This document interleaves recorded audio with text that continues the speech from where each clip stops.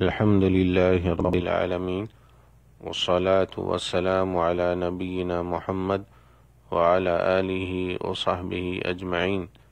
محترم حضرات، جس جگہ اور جس مقام پر غیر اللہ کے لیے جانور ذبح کیے جاتے ہوں، یا وہ جگہ جو مشرکین کی نظر میں قابل تعظیم ہو، یا کوئی قبر وغیرہ جہاں صاحب قبر کے تقرب کی نیت سے جانور ذبح کیے جاتے ہوں، وہاں یا اس کے قرب و جوار میں اللہ تعالیٰ کے نام پر یا اللہ تعالیٰ کے لیے جانور ذبح کرنا جائز نہیں، گرچہ اس سے محض اللہ تعالیٰ کی رضا ہی مقصود کیوں نہ ہو، کیونکہ اس طرح اس جگہ کی تعظیم میں ان مشرکین سے مشابہت ہو جاتی ہے جو ان مقامات پر غیر اللہ کے لیے مختلف عبادات بجا لاتے ہیں۔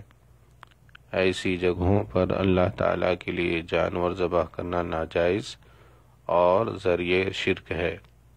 عن ثابت بن الضحاک رضی اللہ عنہ قال نذر رجل ان ينحر ابلا ببوانہ فسأل النبي صلی اللہ علیہ وسلم فقال هل كان فيها وثن من أوثان الجاهلية يعبد؟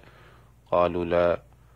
قال فهل كان فيها عيد من أعيادهم؟ قالوا لا.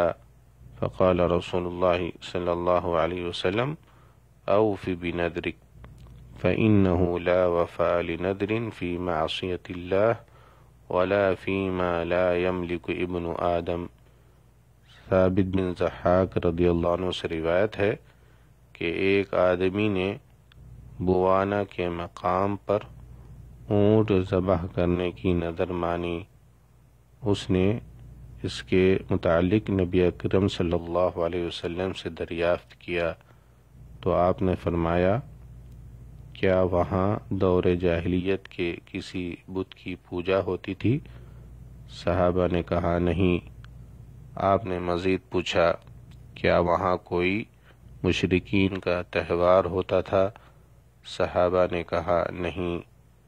تو آپ صلی اللہ علیہ وسلم نے فرمایا، تم اپنی نذر پوری کرو، یاد رکھو جو نذر اللہ تعالیٰ کی نافرمانی کے متعلق ہو یا انسان کے تصرف و اختیار میں نہ ہو، اسے پورا کرنا ہرگز جائز نہیں۔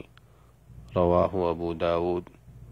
نبی صلی اللہ علیہ وسلم کا اس آدمی سے تفصیل معلوم کرنا یہ دلالت کرتا ہے کہ جہاں کسی بت کی پوجا ہوتی ہو یا مشرکین کی کوئی عید اور تہوار ہو، وہاں اللہ کے لیے ذبح کرنا اللہ کی معصیت کا ارتکاب ہوگا، اور جہاں مشرکین غیر اللہ کے تقرب کے لیے ذبح کرتے ہوں، وہاں ان کے ساتھ شریک ہو کر ان کی ظاہری مشابہت اختیار کرنا ہرگز جائز نہ ہوگا، گرچہ وہاں محض اللہ کے تقرب کے لیے ذبح کیوں نہ کیا جائے۔